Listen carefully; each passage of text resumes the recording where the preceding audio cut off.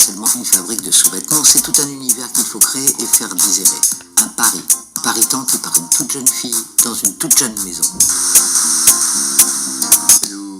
Comment lancer une marque de lingerie alors que de grands mastodontes dominent le marché? Si l'on en croit une jeune trentenaire, Lisa Chavy, qui vient de lancer sa propre marque Livy, c'est possible sous certaines conditions. La première, la passion. Livy, aujourd'hui, c'est avant tout une histoire de passion.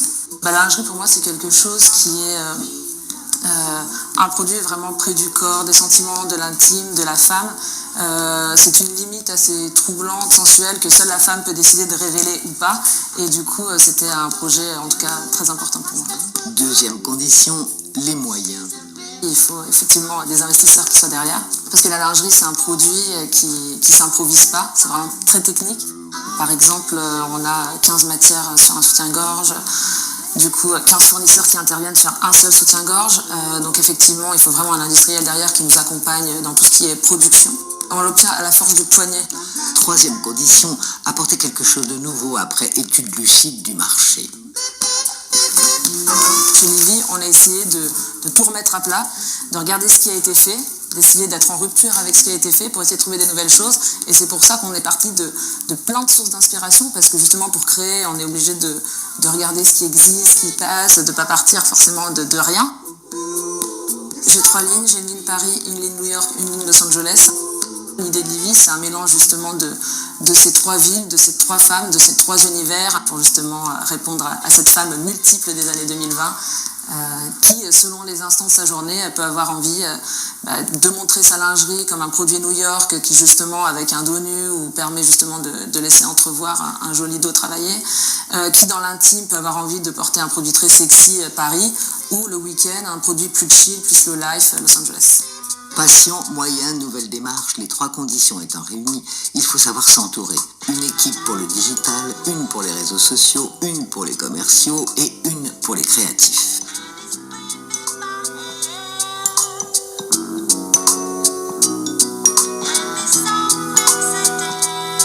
L'idée, c'est vraiment de s'inspirer de vraiment la lingerie vintage, mais aussi de la lingerie comme un nouvel accessoire de mode. Donc vraiment, nous, on travaille en étant le plus ouvert possible, avec le plus d'inspirations différentes possibles, que ce soit du mobilier, tous nos modèles justement graphiques. On est parti d'une chaise, des pieds d'une chaise pour le créer. La lingerie devient dans ce cas-là vraiment un vrai accessoire de mode, et pour nous, c'était vraiment une ambition de vie. C'est une victoire aussi par rapport à la lingerie et ce qu'on voulait en faire. S'inspirer de tout et surtout de ce à quoi on ne s'attend pas, c'est le cœur de l'atelier créatif. Là, par exemple, c'est une fleur qui a été dessinée à la peinture. Et Mona l'a toute redessinée justement à la tablette graphique pour pouvoir l'adapter au métier technique d'impression, au raccord, pour que le dessin se répète sur le tissu. Vous pouvez voir aussi sur le panneau derrière toutes les couleurs de la saison. L'idée, c'est d'avoir la couleur du moment, l'ambiance du moment, d'avoir du nez pour se dire « et demain, quel sera le produit de demain ?»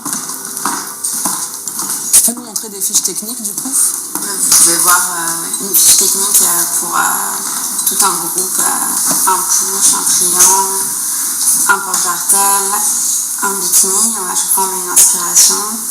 Et après, on a des sourcings de dentelle. Et il y a toutes les informations détaillées, que ce soit sur l'anneau en métal, sa taille, le look qu'on a envie qu'il ait, sur la qualité de la dentelle.